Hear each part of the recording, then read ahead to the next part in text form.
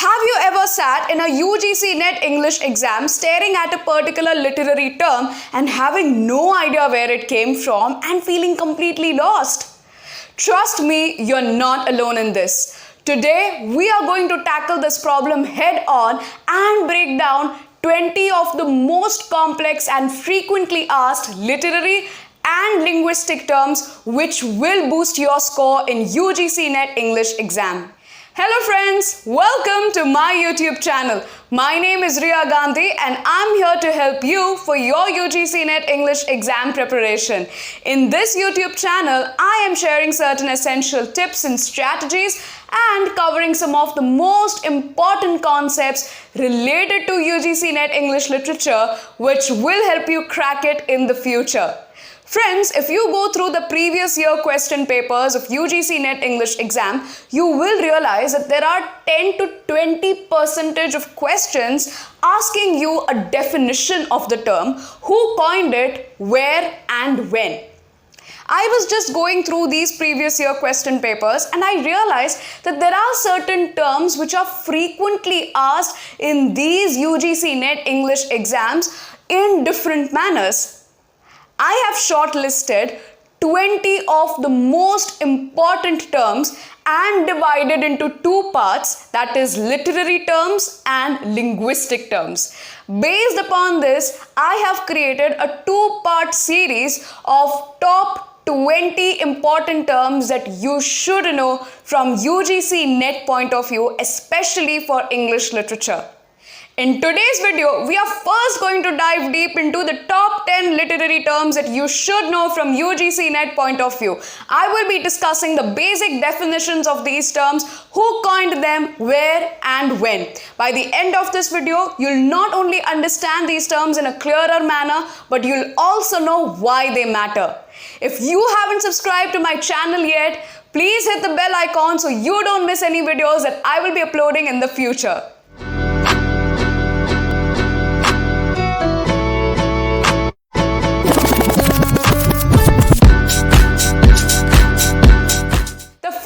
That we are going to discuss in this video is habitus. Habitus is a term coined by the French sociologist, cultural theorist and public intellectual Pierre Bourdieu. According to Bourdieu, habitus is a person's way of being, from their posture, their body language, their way of speaking, talking, walking, their perception, their thinking abilities that have been conditioned by the society in which they are living in. For example, if a family has a very strong work-life ethic, then you can expect the child born in this family to have a habitus that is aligned with that strong work-life ethic.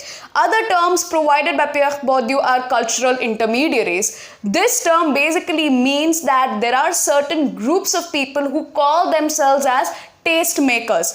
So based upon their own personal life experiences, they are going to legitimize certain cultures over others. The second most important literary term that you should know is negritude. Negritude is more of a movement and less of a literary term that was coined by three major writers during the 1930s. The first writer was a French poet and politician, Aimé Césaire. The second was a Senegalese poet and politician, Léopold Senghor, and another French poet and politician, Léon Damas. When we are talking about negritude movement, it came as a reaction against colonialism and its ramifications of cultural racism. Negritude as a literary and an ideological movement focused upon creating an appreciation for Black literature, culture, history, heritage, at the same time reclaiming the Black values and the African literature. It also focused upon rejecting the European colonizers' domination from various aspects including socio-cultural, moral, religious, literary and the remaining aspects at the same time. One of the most important literary terms that you should know from UGC NET point of view is contrapuntal reading. Contrapuntal reading was the term that was first coined by Edward Said in his most important work, Culture and Imperialism, in 1993. According to Said, contrapuntal reading is a way of reading the text wherein you take into consideration the relationship between the colonizers as well as the colonized. According to Said, it is a way of reading and analyzing the text, both colonial as well as post-colonial, wherein you take into consideration the narratives of the colonizers and read them alongside the narratives of the colonized. So you get a comprehensive understanding of the colonial history, at the same time get an idea of the opposing viewpoints and the conflictual viewpoints. Did you know which was the first literary text that was taken up by Edward Said to experiment contrapuntal reading? It was actually Jane Austen's Mansfield Park, which is about a Bertram family who owns an estate and earns profit from sugar plantations in Antigua. Another literary term that is equally important to know and understand from UGC NET point of view is hegemony. Hegemony is a term that was first coined by the Italian communist Antonio Gramsci, who mentioned it for the first time in his prison notebooks, which were written from 1929 to 35 and later published in 1947. According to Gramsci, hegemony is a subtle process adopted by the dominant classes to rule over the subordinate classes, not only through force but also through socio-cultural means and ideologies that reinforces their power and authority in the society and maintains the unequal power relations in the society. Other literary terms provided by Antonio Gramsci are subaltern. Now, subaltern again refers to the group of the subordinate classes in the society. So basically, the marginalized section who is a victim of the hegemony is basically the subaltern group of the society. Did you know that the most famous Indian feminist writer Gayatri Chakraborty Spivak borrowed this term subaltern for her most famous essay in Indian English literature? Comment below the title of the essay because this is an extremely important essay from UGC NET English point of view.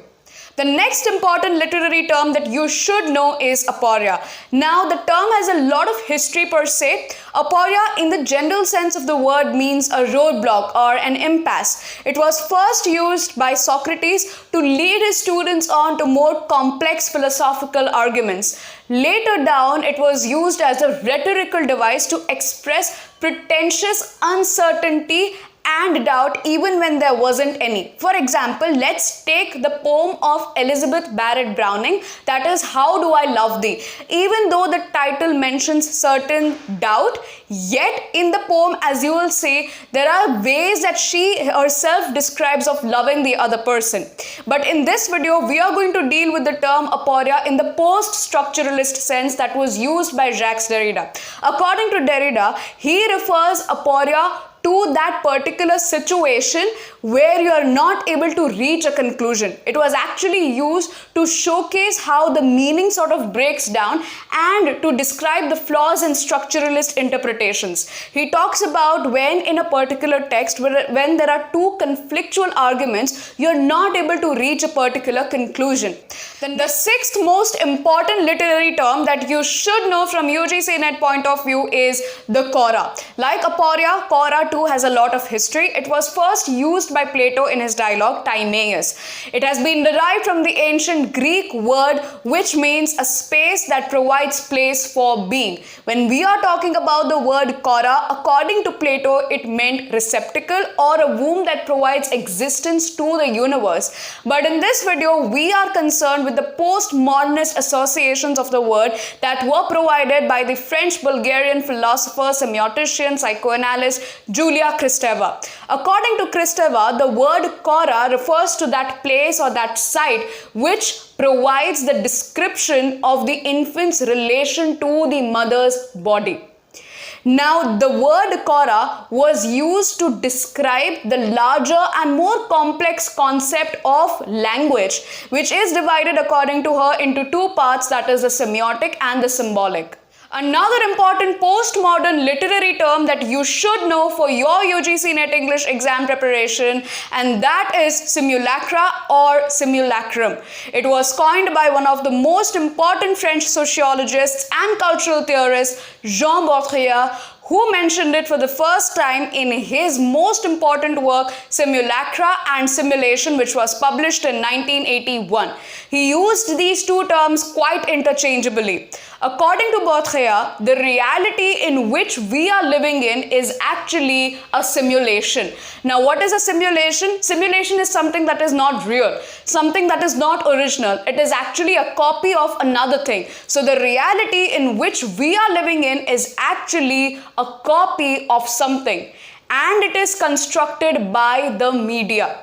In fact, in one of his most famous works, The Gulf War Did Not Take Place, he mentioned that the Persian Gulf War, which is said to have happened from 1990 to 1991, did not actually take place. It is not real. It was actually a virtual war, and it was scripted by the media.